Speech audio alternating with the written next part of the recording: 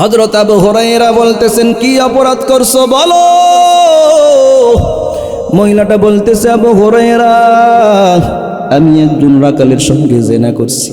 জিনা করার পর আমার পেটে একটা বাচ্চা আসে। এই বাচ্চাটা দুনিয়াতে আসার পর আমি নিজের হাতে গলা টিপে হত্যা করছি। হত্যা করার পর পাহাড়ের পাদদেশে পাথর দিয়ে চাপাইয়া রাখছি। দুনিয়ার কোনো মানুষ দেখে নাই, দুনিয়ার কোনো মানুষের নজর ওই দিকে পড়ে নাই। আবু হুরায়রা, এমন জঘন্যতম অপরাধ আমি করছি। আলাম ইয়ালাম বিআন্নাল্লাহা ইয়ারা, কেউ যেটা দেখে না, কেউ যেটা শোনে না, কেউ যেটা জানে না, সেটাও একজন জানেন, তিনি কে? আর একটা আওয়াজ দিয়ে মোহাব্বতে বলেন, তিনি কে?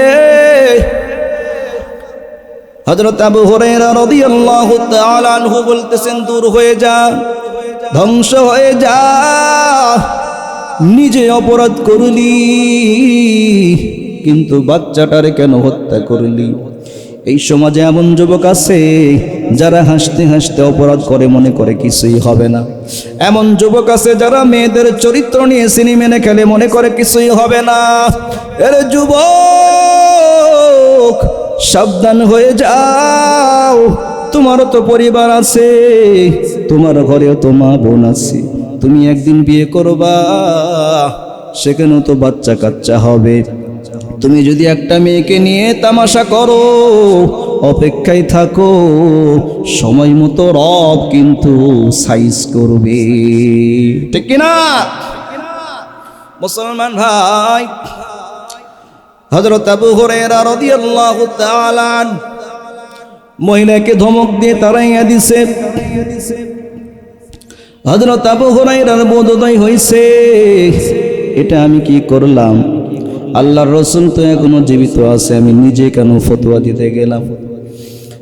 হযরত আবু হুরায়রা রাদিয়াল্লাহু তাআলা পয়গম্বরের দরবারে হাজির, ডাক দিয়ে বলতেছেন, ইয়া রাসূলুল্লাহ, আমার নিকট একজন মহিলা অপকর্ম করে এসেছিল, আমি ধমক দিয়ে তারে তাড়াইয়া দিছি। আবার মায়ার নবী ডাক দিয়ে বলতেছেন, আবু হুরায়রা, এমন কাজ করছো কেন বলো? ওই মহিলাটা এমন ভাবে তওবা করছে, আল্লাহ রাব্বুল আলামিন তার তওবা কবুল করে আয়াত নাজিল করে দিয়েছে,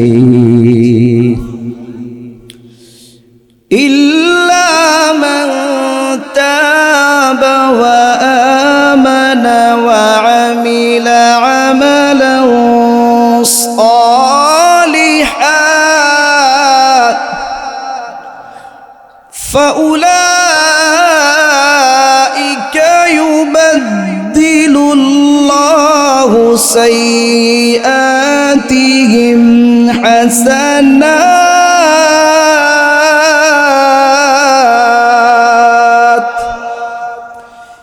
কেউ যদি তওবা করে এবং ঈমান আনে আর নেক আমল করে, আল্লাহ রাব্বুল আলামিন তার তওবা কবুল করে তার পূর্বের গুনাহগুলো নেকি দ্বারা পরিবর্তন করে দিবে। তওবা করে আবার তওবা ভাঙ্গিলাম, তওবা করে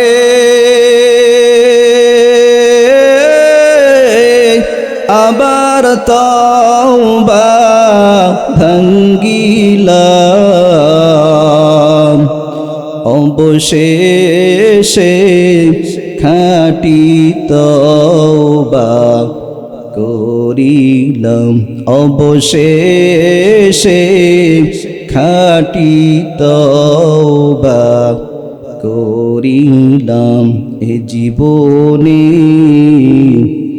না করিলাম বন্দেগি, গুনাহ করে কাটাইলাম জিন্দেগি, গুনাহ করে কাটাইলাম জিন্দেগি। মুআজ ইবনে জাবাল বলেন, ইয়া নবী আল্লাহ, আপনি কিফিলের ঘটনা বারবার কেন আমাদেরকে শোনান? আল্লাহর রাসূল বলেন, মুআজ শুনে নাও, এই ঘটনা যত শুনবা আল্লাহর প্রতি শ্রদ্ধা ভালোবাসা ভয় তত বেড়ে যাবে। আল্লাহর রাসূল বলেন, বনি ইসরাইলের একজন যুবক ছিল, তার ক্যারেক্টার ছিল শুধু মেয়েদের সঙ্গে জেনা করা। ঘটনাক্রমে একদিন এক সুন্দরী রূপসী মেয়ে তার বাড়িতে আসছে, এসে বলতেছে, কিফিল, খুব বিপদে পড়ছি, কিছু টাকা ধার দাও। কিফিল বলে, আমি বিনিময় ছাড়া কাউকে টাকা ধার দেই না, আমি সুদে টাকা লাগাই। মেয়েটা বলতেছে, কিফিল, এমন একটা বিপদে পড়ছি, বাচ্চাগুলো না খেয়ে আছে, আল্লাহর ওয়াস্তে কিছু টাকা দাও, সময় মতো আবার টাকাগুলো পেয়ে যাবে। এবার কিফিল বলতেছে, বিনিময় ছাড়া হবে না। মেয়েটা বলতেছে, বিনিময় দেওয়ার মতো কিছুই নাই। এবার কিফিল বলতেছে, বিনিময়ে তোমাকে চাই, আমার সাথে পার্সোনাল সময় কাটাবে। মেয়েটা রাজি হয় নাই। বাসায় গিয়ে দেখতেছে বাচ্চাগুলো না খেয়ে ঘুমিয়ে পড়ছে। মার কলেজার ভেতরে বাচ্চার প্রতি মোহাব্বত ভালোবাসা কম না বেশি? মা নিজে না খেয়ে মরতে রাজি, কিন্তু বাচ্চাগুলো না খেয়ে থাক, এটা দুনিয়ার কোনো মা চায় না। মা আবার সিদ্ধান্ত নিল, আমার যতই কষ্ট হোক না কেন বাচ্চাগুলোকে খাবার দিতে হবে। মেয়েটা আবার কিফিলের দরবারে চলে গেল, গিয়ে বলতেছে, কিফিল, আমি তোমার প্রস্তাবে রাজি, আমাকে টাকা দাও, তবে শর্ত হলো এমন জায়গায় আমার সঙ্গে খারাপ কাজ করবা, দুনিয়ার কোনো মানুষ যেন না দেখে, কারণ আমার একটা সম্মান আছে, আমার একটা বংশগত ঐতিহ্য আছে, যদিও অভাবে পড়ছি। এবার কিফিল বলতেছে, আমার ঘরটা একেবারে সেফটি ঘর, দুনিয়ার কোনো মানুষ দেখবে না, দরজা জানলা বন্ধ করে দিয়ে অপকর্ম করব, কেউ জানবে না। এবার কিফিল বলতেছে, আমার ঘরটা একেবারে সেফটি ঘর, কেউ দেখবে না, দরজা জানলা বন্ধ করে তোমার সঙ্গে অপকর্ম করব, কেউ জানবে না। নাউজুবিল্লাহ বলেন। এবার মেয়েটা বলতেছে, শক্ত করে দরওয়াজা লাগাও, জানলাগুলো লাগাইয়া দাও। দরজা লাগাইছে, জানলা লাগাইছে। এবার মেয়েটা বলতেছে, কিফিল, লক্ষ্য করে দেখো, ঘরের ছিদ্রগুলো আমাদের দিকে তাকিয়ে আছে। এবার কিফিল গাছের পাতাগুলো ছিঁড়ে এনে ছিদ্রগুলো বন্ধ করে দিয়েছে। আল্লাহর রাসূল বলেন, এবার কিফিল সবেমাত্র মেয়েটার উপর বসছে, মেয়েটার শরীর থেকে কাপড়গুলো খুলতেছে। এমন সময় লক্ষ্য করে দেখে মেয়েটার চোখ থেকে গাল বেয়ে বেয়ে পানি পড়তেছে। কিফিল বলে, কি ব্যাপার, কোনো মেয়েকে তো এমন করে কাঁদতে দেখি নাই, টাকা পাইছে, মজা নিছে, চলে গেছে। মেয়েটা বলতেছে, আমি কাঁদি না, কে যেন অদৃশ্য শক্তি থেকে আমাকে কাঁদায়। বলে, কে কাঁদায়? মেয়েটা বলতেছে, ইন্নী আখাফুল্লাহ, আমি সবচাইতে একজনকে বেশি ভয় করি, তিনি হলেন আমার আল্লাহ। আর একটা আওয়াজ দিয়ে মুহাব্বতে বলেন, আল্লাহ। হে কিফিল, এই মাটির জবান তো একদিন আল্লাহ পাক খুলে দিবে। ইয়াউমাইযিন তুহাদ্দিসু আখবারাহা, এমন একদিন সময় আসবে যেদিন এই মাটি আপনার আমার পক্ষে বিপক্ষে সাক্ষী দিবে। যারা এই মাটির উপর দাঁড়াইয়া মদ পান করো, যারা এই মাটির উপর দাঁড়াইয়া বাবা খাও, যারা এই মাটির উপর দাঁড়াইয়া আর একটা মেয়ের অন্না ধরে টানো, অপেক্ষায় থাকো, সময় মতো রব কিন্তু ধরে ফেলবে। ঠিক কিনা? পাপ বাপরেও ছাড়ে না, সারে পাপ বাপরেও ছাড়ে না।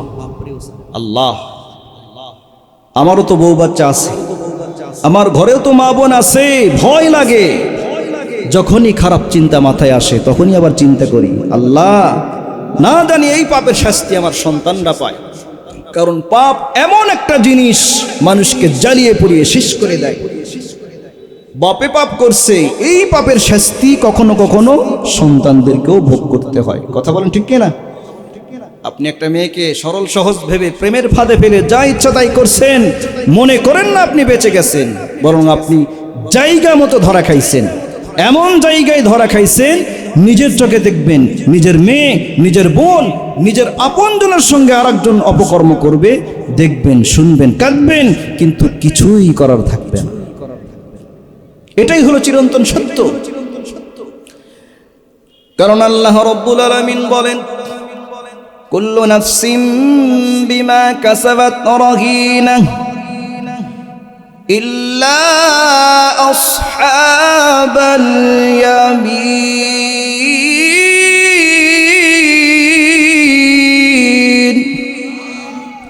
প্রত্যেকটা মানুষ তার কৃতকর্মের কাজে ধরা। যদি কেউ গোপনেও খারাপ কাজ করে, কেউ যদি না দেখে, সেটাও একজন দেখেন, তিনি কে? আর একটা আওয়াজ দিয়ে মোহাব্বতে বলেন, তিনি কে? আপনি অটোভাবে ধরা খাইছেন, এখন চিন্তা করুন আপনি করবেনটা কি।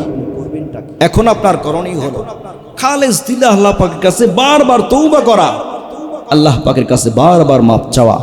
নতুবা ওয়েটিং এ থাকেন, ইন্না বাতশা রাব্বিকা লাশাদীদ, আল্লাহর ধরা বড় শক্ত ধরা। যখন মেয়েটা বলল ইন্নী আখাফুল্লাহ, কিফিল বলে, আল্লাহর ভয়ে বুঝি তোমার হাত পা ঠান্ডা হয়ে গেছে? বলে হ্যাঁ তাই। হে কিফিল, এই মাটির নিচে একদিন তোমারও যাওয়া লাগবে, আমারও যাওয়া লাগবে, অপেক্ষায় থাকো, সময় মতো রব কিন্তু মাটির নিচে গেড়ে ফেলবে। তুমি আমাকে টাকা দিয়েছো, তোমার কাছে আমি দায়বদ্ধ, তুমি যা করতে চাও করতে পারো, কিন্তু মনে রাখবা কিয়ামতের দিন এই চেহারাটা তোমারও দেখানো লাগবে, আমারও দেখানো লাগবে। এমন একটা সময় আসবে যেদিন সবাইকে মাটির নিচে যেতে হবে। কবরের মাটি কারো চেহারা দেখে বিচার করবে না, কবরের মাটি বিচার করবে বান্দার আমল দেখে। কারণ আল্লাহর রাসূল বলেছেন, আল কবরু রাউযাতুম মিন রিয়াজিল জান্নাহ আও হুফরাতুম মিন হুফারিন নার। কবর কারো জন্য জান্নাতের টুকরা হবে, আবার কারো জন্য জাহান্নামের গর্ত হবে। কবরের চিৎকার যদি মানুষ শুনতো, আল্লাহর রাসূল বলেন মানুষগুলো পাগল হয়ে যেত। নাফরমানের চিৎকার আওয়াজ যদি তুমি আমি শুনতাম, জুংলায় গিয়ে আল্লাহর ইবাদতে মশগুল হতাম। কিন্তু আল্লাহ রাব্বুল আলামিন মানুষ এবং জিন জাতির কানে পর্দা লাগিয়ে দিয়েছেন। নাফরমানের চিৎকারের আওয়াজ দুনিয়ার কোনো মানুষ শুনতে পায় না, জীবজন্তু, জানোয়ার, বনের পশু পাখিরা শুনতে পায়। এটা বুখারীতে আসছে, নাফরমানের চিৎকারের আওয়াজ প্রাণীরা শুনতে পায়। যখন মেয়েটা বলল ইন্নী আখাফুল্লাহ, আমি আল্লাহরে ডরাই, এ কথা শোনার পর কিফিল বলে, যেহেতু আল্লাহর কথা বলেছো, আল্লাহর ভয় আমার কলিজায় ধাক্কা মারছে, এই মুহূর্তে তোমার সাথে জিনা ব্যভিচারে লিপ্ত হব না। আল্লাহর রাসূল বলেন ওই সময়টা ফিরে আসা খুব কঠিন। এবার কিফিল যুবক মানুষ নিজের হাতে মেয়েটার কাপড় চোপড় সব রেডি করে তার দিকে নিক্ষেপ করে দিয়েছে, যাও চলে যাও, টাকাও দিতে হবে না, মাফ করে দিলাম। সুবহানাল্লাহ বলবেন না? এবার মেয়েটা যাওয়ার সময় বলতেছে, আল্লাহ কত মানুষকেই তো হেদায়েত দাও, কিফিলকেও হেদায়েত দিও। মুসলমান ভাই, আল্লাহর রাসূল বলেন এবার কিফিল তওবা করেছে, অনুতপ্ত হয়েছে। 2 রাকাত নামাজ আদায় করার পর যাই নামাজে বসে বসে চোখের পানি ছেড়ে কাটতেছে, আর ডাক দিয়ে বলেন, মালিক আমি হলাম জালেম, তুমি হলে রহমান, আমার গুনাহের খবর তুমিও জানো, পৃথিবীর মানুষও জানে। আমার ইন্তিকালের পর দুনিয়ার কোনো মানুষ আমার লাশের নিকটে আসবে না, আমি একজন খারাপ মানুষ। কিন্তু আমি জানি তুমি যদি আমাকে মাফ করো, দুনিয়ার কারো কাছে তোমার কৈফিয়ত দিতে হবে না। দয়া করে মাফ করে দাও, খালেস দিলে তওবা করছি, জীবনে আর গুনাহের কাজে লিপ্ত হব না। জীবনে না করিলাম বন্দেগি, গুনাহ করে কাটাইলাম জিন্দেগি, গুনাহ করে কাটাইলাম জিন্দেগি। তওবা করে আবার তওবা ভাঙ্গিলাম, তওবা করে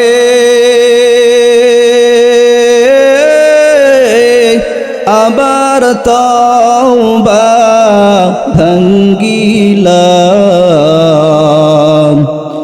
অবশেষে খাঁটি তওবা করিলাম, অবশেষে খাঁটি তওবা করিলাম। এ জীবনে না করিলাম বন্দেগি, গুনাহ করে কাটাইলাম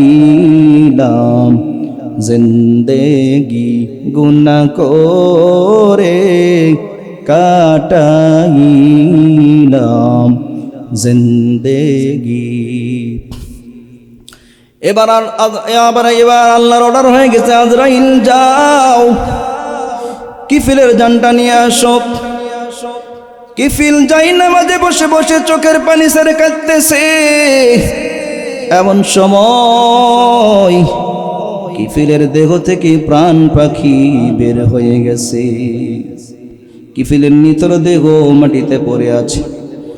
এলাকার মানুষ পরের দিন সকাল বেলা দেখে কিফিলের দরওয়াজা বন্ধ। কি ব্যাপার, কিফিলের দরওয়াজা বন্ধ কেন? এই সময় তো কিফিল দরওয়াজা খোলে। জানালার ফাঁক দিয়ে লক্ষ্য করে দেখে কিফিলের নিতর দেহটা মাটিতে পড়ে আছে।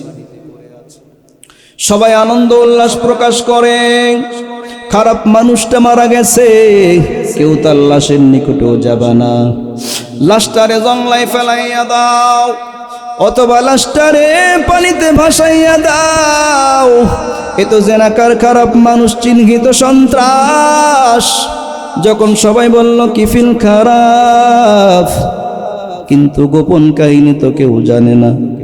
জানে আল্লাহ রব্বুল আলামিন কিফিলের ঘরের দরওয়াজায় লেখা উঠাইয়া দিয়েছেন, কদ গফারাল্লাহু লিল কিফিল।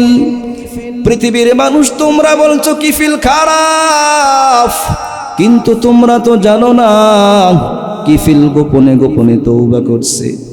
এমন তওবা করছে আমি রব খুশি হয়ে তার জিন্দেগির সব গুনাহগুলো মাফ করে দিয়েছি। ইয়া ইলাহি তু মেরা গফফার হাই, ইয়া ইলাহি তু মেরা সত্তার হাই, ইয়া ইলাহি মুঝসে মুঝকো दूर कर, ताकि देखो मुझ में तुझको एक नजर। हर तमन्ना दिल से रुखसत हो गई, अब तो आजा अब तो खलवत हो गई। তাহলে তওবা কেমন করতে হবে ভাই? তওবাতুন নাসুহা, খাঁটি তওবা করতে হবে। পৃথিবীতে এমন কোনো মানুষ নাই যার গুনাহ নাই। কথা বলেন ঠিক কিনা? মানুষ মাত্র ভুল ভ্রান্তি গুনাহ হতেই পারে, তবে গুনাহের উপর অটল থাকা যাবে না। গুনাহ হওয়ার সঙ্গে সঙ্গে খালেস দিলে, খাঁটি দিলে তওবা করতে হবে। কথা বলেন ঠিক কিনা? আল্লাহ পাক আমাদের সকলকে খাঁটি তওবা করার তৌফিক দান করুন। সকলে বলে আমিন। পয়গম্বরের সাহাবী হযরত আবু হুরায়রা রাদিয়াল্লাহু তাআলা মাগরিবের নামাজ আদায় করার পর মসজিদ থেকে বের হয়েছেন। এমন সময় একজন মহিলা ডাক দিয়ে বলতেছেন, আবু হুরায়রা শোনো, একটু দাঁড়াও, তোমার সাথে কিছু কথা আছে। হযরত আবু হুরায়রা বলে, তুমি একজন মহিলা মানুষ, আমার নিকটে আসবা না, কারণ তোমার আমার মাঝখানে তৃতীয় আরেকজন থাকবে, ইবলিস শয়তান। ঠিক কিনা? আল্লাহ রাব্বুল আলামিন বলেন, ইন্নাহু লাকুম আদুউম মুবিন।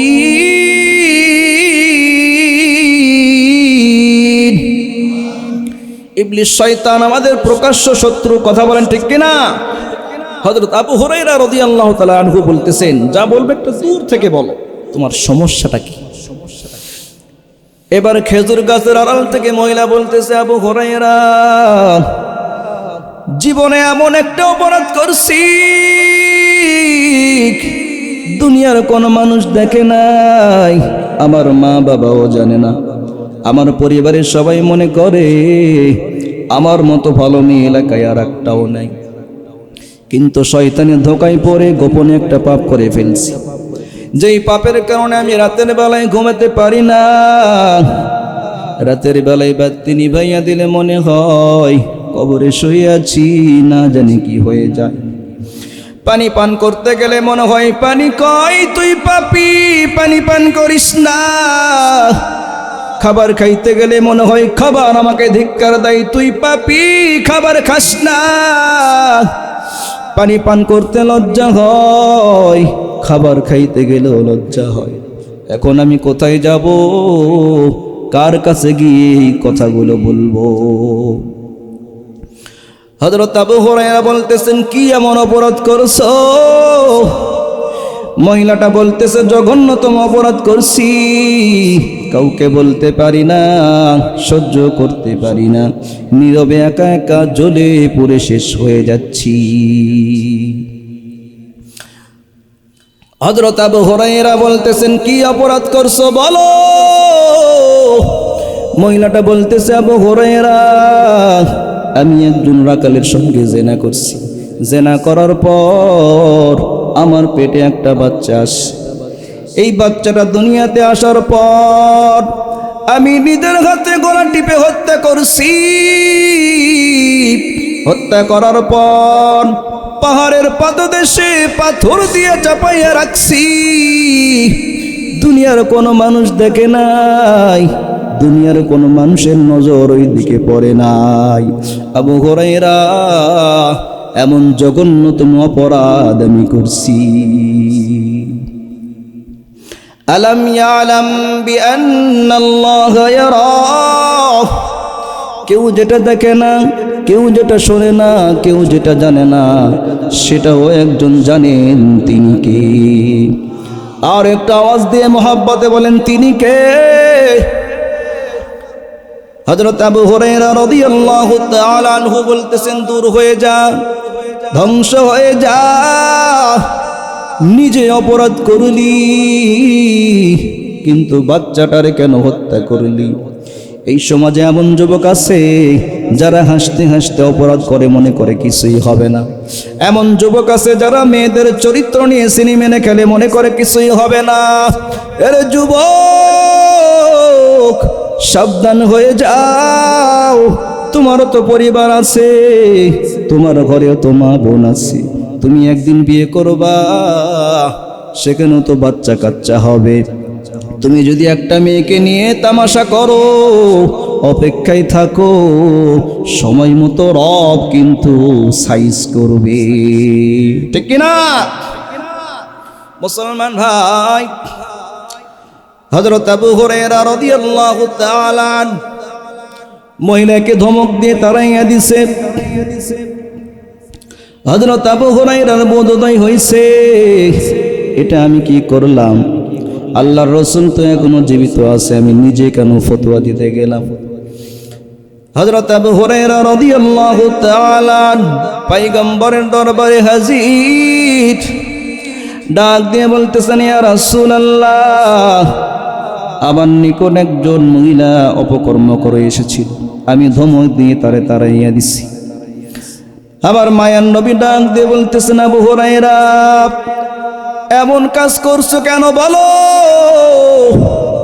ওই মহিলাটা এমন ভাবে তওবা করছে, আল্লাহ রাব্বুল আলামিন তার তওবা কবুল করে আয়াত নাজিল করে দিয়েছে,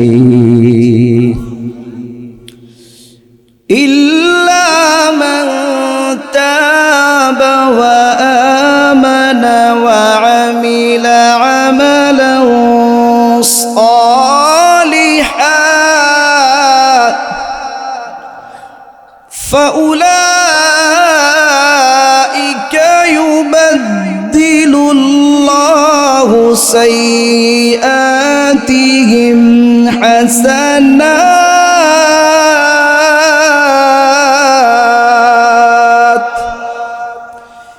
কেউ যদি তওবা করে এবং ঈমান আনে আর নেক আমল করে, আল্লাহ রাব্বুল আলামিন তার তওবা কবুল করে তার পূর্বের গুনাহগুলো নেকি দ্বারা পরিবর্তন করে দিবে। তাহলে বলেন, খাঁটি দিলে তওবা করার দরকার আছে না নাই? হযরত আবু হুরায়রা রাদিয়াল্লাহু তাআলা আনহু পরের দিন বাজারে গিয়ে দুহাত উঁচু করে অ্যানাউন্স করতেছেন, গতকাল মাগরিবের পরে একটা ফতোয়া জানার জন্য আমার নিকট কে গিয়েছিল? কাউকে খুঁজে পায় না। অনেক সময় পর একজন মহিলা এসে বলতেছে, আবু হুরায়রা, আমি গতকাল তোমার নিকট গিয়েছিলাম। হযরত আবু হুরায়রা ডাক দিয়ে বলতেছেন, আল্লাহর বান্দি শোনো, আল্লাহ রাব্বুল আলামিন তোমার বাচ্চা হত্যার গুনাহ সহ তোমার জীবনের সব গুনাহগুলো মাফ করে দিয়েছে। আল্লাহ আল্লাহ কে মুবারক নাম হাই, আল্লাহ আল্লাহ আশিকু কা কাম হাই, আল্লাহ আল্লাহ ইচে শিরি নিস্ত নাম শিরি শুকর মি কুনদ জানম তমা। এর সিংরার যুবক, একটু দিলের কানে শোনো, যারা গোপনে পাপ করবে, যারা গোপনে জিনা ব্যভিচার করবে, আল্লাহ রাব্বুল আলামিন তাদেরকে 6টা শাস্তি দিবেন। দুনিয়ায় দিবেন 3টা, আর পরকালে দিবেন 3টা। দুনিয়ায় যেই 3টা শাস্তি দিবেন, 1 নম্বর, আল্লাহ রাব্বুল আলামিন তার চেহারা থেকে নূর ছিনাইয়া নিবেন, চেহারায় কোনো উজ্জ্বলতা থাকবে না, চেহারায় গুনাহের ছাপ পড়ে যাবে। এর যুবক, আল্লাহ রাব্বুল আলামিন তোমাকে কত সুন্দর করে সৃষ্টি করেছেন। লাকাদ খালাকনাল ইনসানা ফি আহসানি তাকওয়িম। আল্লাহ রাব্বুল আলামিন মানুষকে কত সুন্দর অবয়ব দিয়ে সৃষ্টি করেছেন, কিন্তু যদি বান্দা গোপনে পরকিয়া করো, যদি জিনা ব্যভিচার করো, চেহারার নূর উজ্জ্বলতা নষ্ট হয়ে যাবে, ঠিক কিনা? গোপনে পরকিয়া করলে 2 নম্বর শাস্তি, কামাই রুজিতে বরকত হবে না, সংসার থেকে অভাব অনটন দূর হবে না, পরিবারের মধ্যে কোনো প্রকার শান্তি থাকবে না। 3 নম্বর শাস্তি, যারা গোপনে পরকিয়া করবে তাদের হায়াত দিন দিন কমতে থাকবে। গোপনে পরকিয়া করলে, জিনা ব্যভিচার করে, আল্লাহ পাক এই 3টা শাস্তি তাদেরকে দুনিয়াতে দেবেনই দেবেন। গোপনে পরকিয়া করলে পরকালে 3টা শাস্তি দেওয়া হবে। 1 নম্বর, কিয়ামতের দিন হাসরের ময়দান যেদিন কায়েম হয়ে যাবে, মানুষগুলো ঘামের মধ্যে সাঁতার কাটবে, গুনাহগারের মাথার চাঁদি টাস টাস করে ফেটে যাবে, মাথার মগজগুলো ভাতের মারের মতো ফুটতে থাকবে। ওই মুসিবতের দিন আল্লাহ রাব্বুল আলামিন গোপনে পরকীয়াকারী জেনাকারীদের উপর রাগান্বিত হবে। গোপনে পরকীয়া করলে পরকালে 2 নম্বর শাস্তি। কিয়ামতের দিন আল্লাহ রাব্বুল আলামিন ওই বান্দাদেরকে আমলনামা পড়তে বলবেন, কিন্তু বান্দা গোপনে পরকীয়া করার কারণে, জিনা ব্যভিচার করার কারণে নিজের আমলনামা পড়তে লজ্জাবোধ করবে। আল্লাহ রাব্বুল আলামিন বলেন, ইকরা কিতাবাকা কাফা বিনাফসিকাল ইয়াওমা আলাইকা হাসিবা।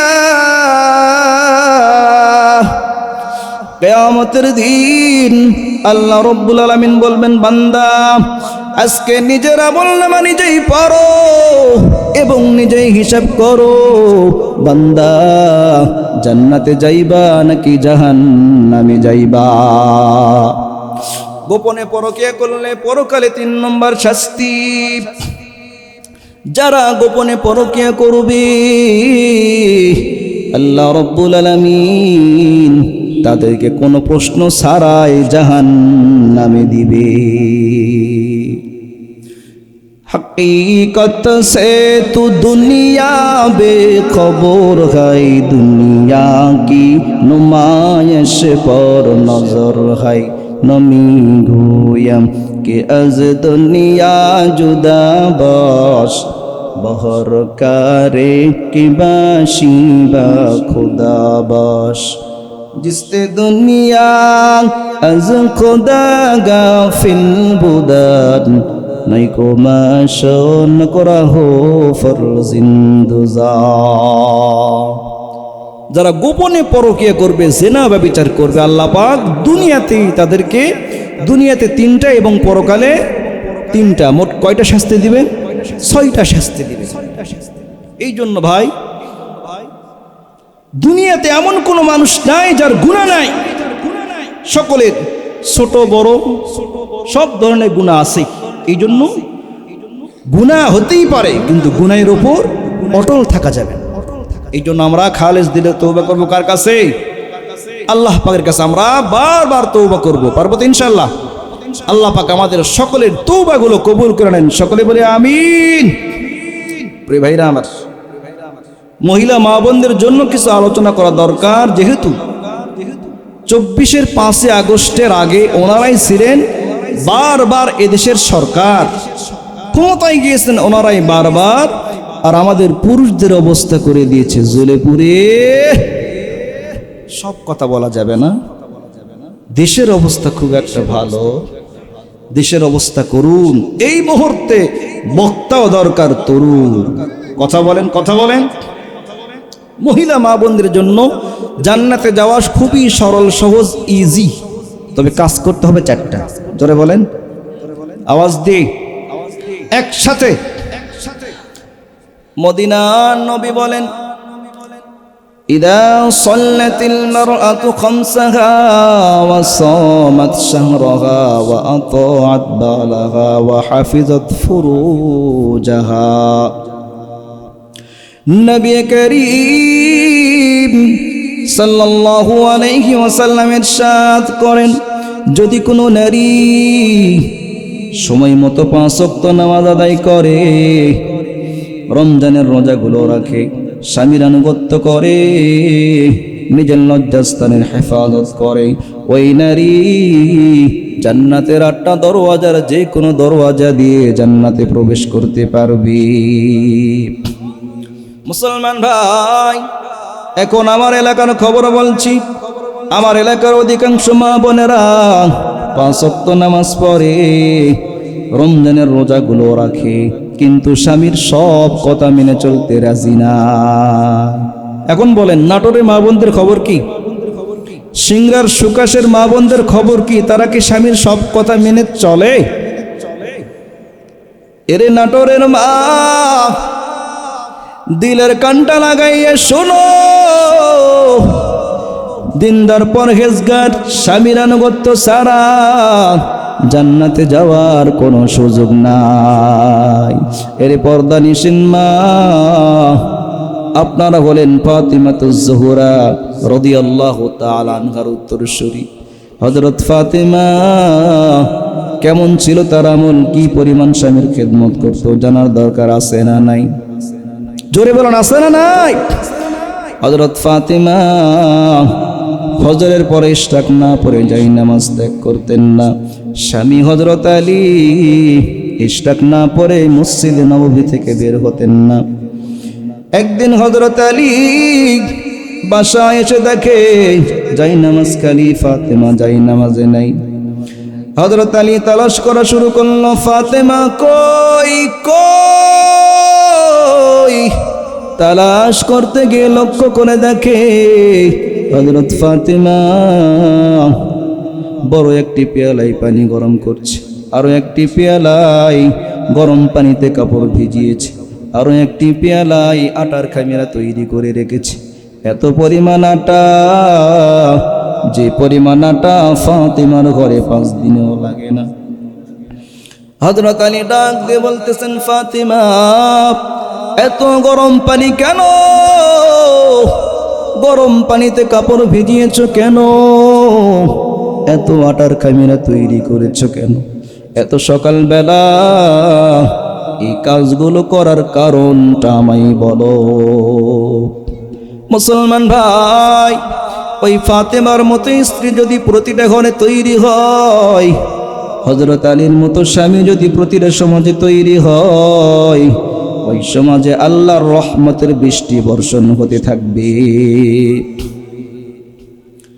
হযরত ফাতেমা ডাক দিয়ে বলতেছেন, প্রাণের স্বামী আমার, গতকাল রাতে স্বপ্নে দেখি আমার বাবা বিশ্ব নবী আমার শিওরে হাজির।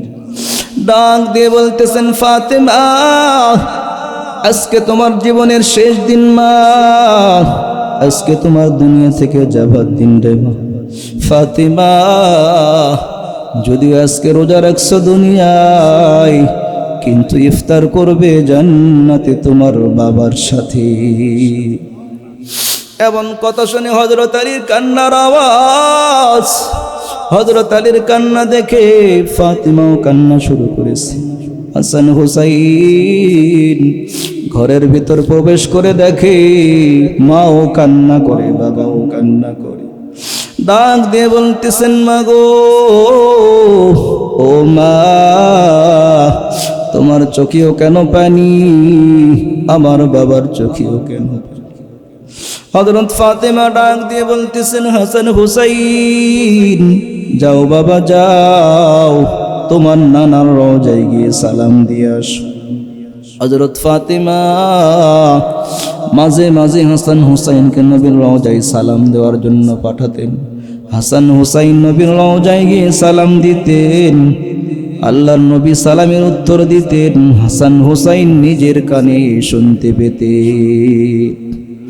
হাসান হুসাইন নবীর রওজায় গিয়ে সালাম দেওয়া শুরু করেছেন, আসসালাতু ওয়াসসালামু আলাইকা ইয়া রাসূলুল্লাহ, আসসালাতু ওয়াসসালামু আলাইকা ইয়া হাবিবাল্লাহ।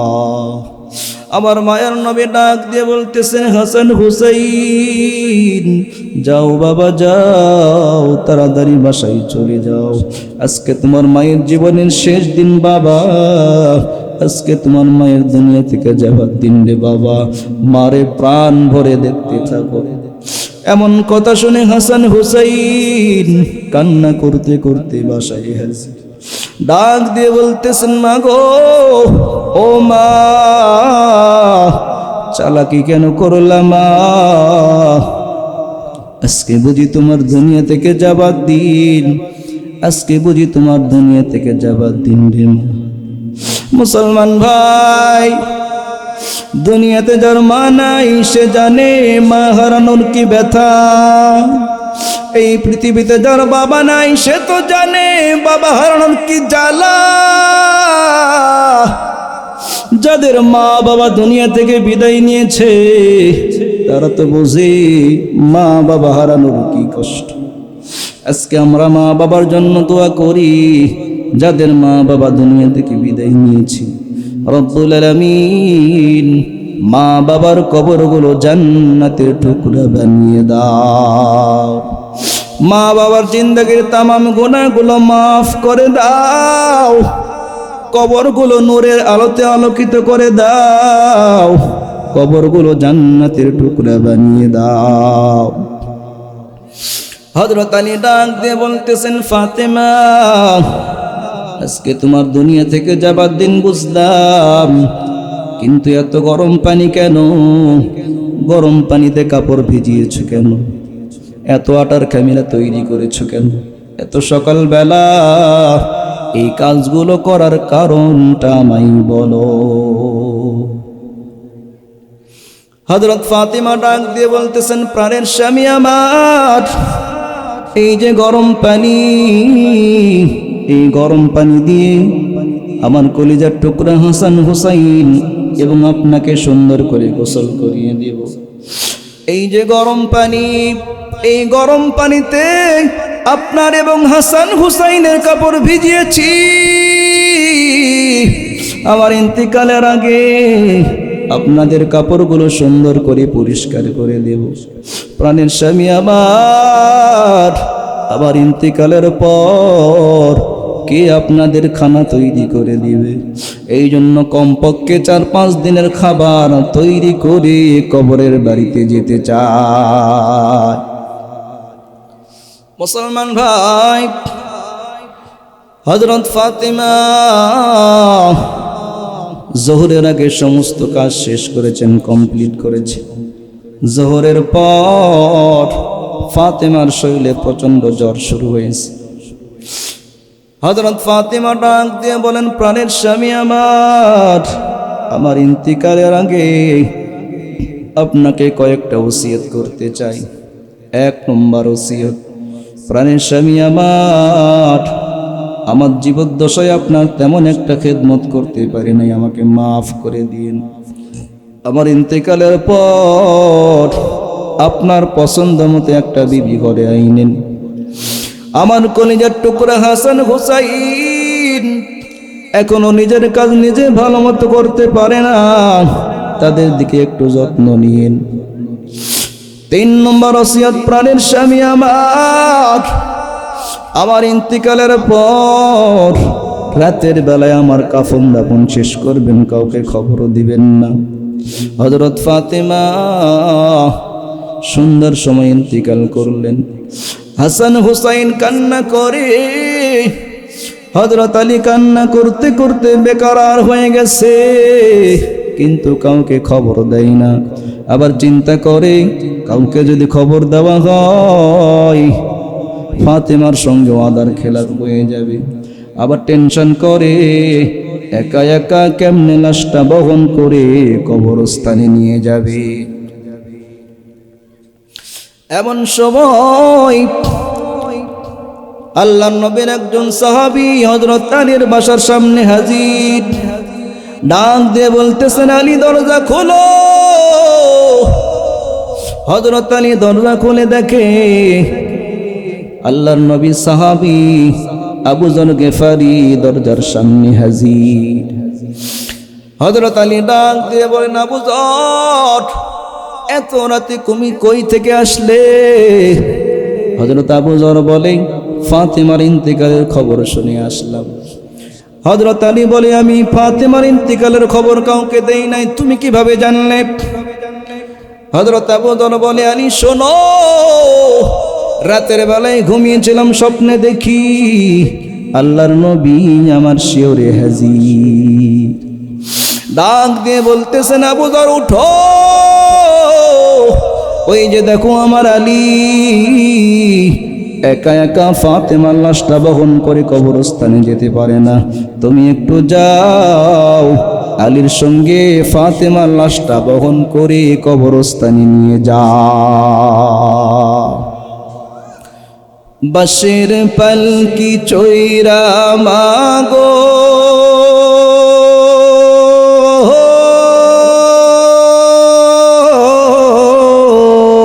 মা,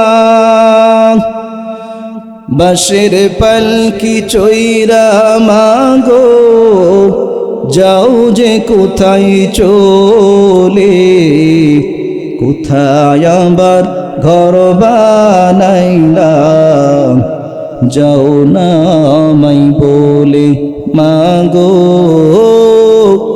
যাও না আমায় বলে। বুকে বড় স্বপ্ন ছিল থাকব তোমার সাথে, তোমার পাশেই কাটবে সময় সকাল দুপুর রাতে। হে দয়াময় আমার মাকে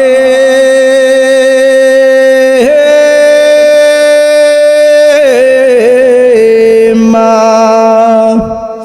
হে দয়াময় আমার মাকে জান্নাতে নাও তুলে, কোথায় আবার ঘর বানাইলা, যাও না আমায় বলে মাগো, যাও না আমায় বলে।